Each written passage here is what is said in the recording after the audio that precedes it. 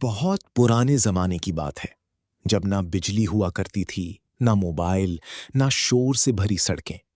उस वक्त पंजाब के एक दूर दराज इलाके में एक छोटा सा गांव आबाद था, जिसका नाम मीरपुर खासा था। गांव के इर्द गिर्द सरसब्ज खेत, पुरानी बरगद के दरख्त और मिट्टी के छोटे छोटे घर थे। दिन के वक्त ये गांव जन्नत लगता था, मगर रात होती ही पूरा माहौल बदल जाता, क्योंकि गांव के आखिर में एक खौफनाक हवेली खड़ी थी। लोग उसे काली हवेली कहते थे। वो हवेली बरसों से बंद पड़ी थी। उसकी खिड़कियां टूटी हुई थीं, दीवारों पर सियाह निशान थे और रात को वहां से अजीब आवाजें आती थीं। गांव के बूढ़े कहते थे, जो भी इस हवेली में गया कभी वापस नहीं आया। उसी गांव में एक नौजवान लड़का रहता था, जिसका नाम सलमान था। सलमान गरीब था, मगर दिल का बहुत बहादुर। उसके वालिद का इंतकाल बचपन में हो गया था और उसकी मां सिलाई करके घर चलाती थी। सलमान दिन भर खेतों में मजदूरी करता और रात को अपनी मां के पास बैठकर पुरानी कहानियां सुनता। एक रात उसकी मां ने धीमी आवाज में कहा, बेटा, कभी उस काली हवेली के करीब मत जाना। सलमान ने पूछा, आखिर वहां ऐसा क्या है? मां खामोश हो गई। कुछ लम्हों बाद उसने कहा, वो जगह सिर्फ ईंटों की इमारत नहीं, वहां किसी की अधूरी आहें कैद हैं। ये सुनकर सलमान के दिल में खौफ के साथ तजस्सुस भी पैदा हो गया। अगले दिन गांव के चौक में लोगों का हुजूम लगा हुआ था।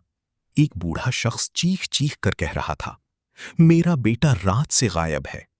लोग फौरन समझ गए कि शायद वो काली हवेली की तरफ गया होगा, मगर किसी में इतनी हिम्मत नहीं थी कि उसे ढूंढने जाता।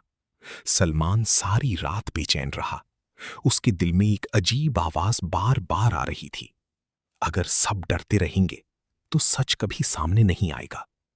आखिर एक रात उसने फैसला कर लिया। वो खामोशी से उठा, एक लालटीन हाथ में ली और काली हवेली की तरफ चल पड़ा। चांद आधा था, हवा सर्द थी और दूर कहीं कुत्ते भौंक रहे थे। जैसे जैसे सलमान हवेली के करीब पहुंचता गया, उसका दिल जोर जोर से धड़कने लगा। हवेली का बड़ा दरवाजा आधा खुला हुआ था। हवा चलती तो दरवाजा चरचराता। सलमान ने हिम्मत करके अंदर कदम रखा। अंदर मुकम्मल अंधेरा था। दीवारों पर अजीब नक्श बने हुए थे। फर्श पर धूल जमी हुई थी। अचानक ऊपर वाले कमरे से किसी के चलने की आवाज आई। ठक ठक ठक। सलमान के हाथ कांपने लगे, मगर वो आहिस्ता आहिस्ता सीढ़ियां चढ़ने लगा। जैसे ही वो ऊपर पहुंचा, एक दरवाजा खुद ब खुद खुल गया। कमरे के अंदर एक पुरानी तस्वीर लटकी हुई थी। तस्वीर में एक खूबसूरत लड़की थी, जिसकी आंखों में अजीब उदासी थी। तस्वीर के नीचे लिखा था, ज़ोहरा। अचानक कमरे में ठंडी हवा चली और सलमान ने पहली बार एक आवाज सुनी, तुम यहां क्यों आए हो? सलमान के जिस्म में सनसनी दौड़ गई। जहरा ने बताया कि कई साल पहले इस हवेली में एक जालिम नवाब रहता था।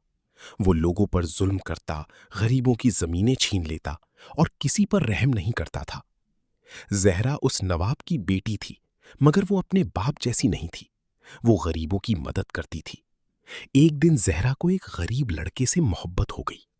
जब नवाब को इस बात का पता चला तो उसने उस लड़के को कत्ल करवा दिया। जहरा ये सदमा बर्दाश्त न कर सकी और उसी हवेली में उसकी मौत हो गई। मरने से पहले उसने एक बात कही थी, जब तक उस जुल्म का राज दुनिया के सामने नहीं आएगा, मेरी रूह को सुकून नहीं मिलेगा। सलमान खामोशी से सब सुनता रहा। फिर जहरा ने एक दीवार की तरफ इशारा किया। इस दीवार के पीछे वो सच दफन है जिससे सब डरते हैं। सलमान ने हिम्मत करके दीवार को तोड़ना शुरू किया। काफी देर बाद दीवार का एक हिस्सा गिर गया। अंदर एक खुफिया कमरा था। उस कमरे में इंसानी हड्डियां, पुराने खतूत और नवाब की डायरी पड़ी थी। डायरी में नवाब के सारे जुल्म लिखे हुए थे। कितने लोगों को उसने मरवाया, कितनों के घर जलाए, कितनों की जिंदगियां तबाह की। सलमान के हाथ कांपने लगे। उसी वक्त अचानक पूरी हवेली हिलने लगी, दीवारें लरजने लगीं, छत से मिट्टी गिरने लगी। ज़हरा की आवाज गूंजी, सच आजाद हो चुका है, अब यहां से निकल जाओ। सलमान दौड़ता हुआ बाहर निकला।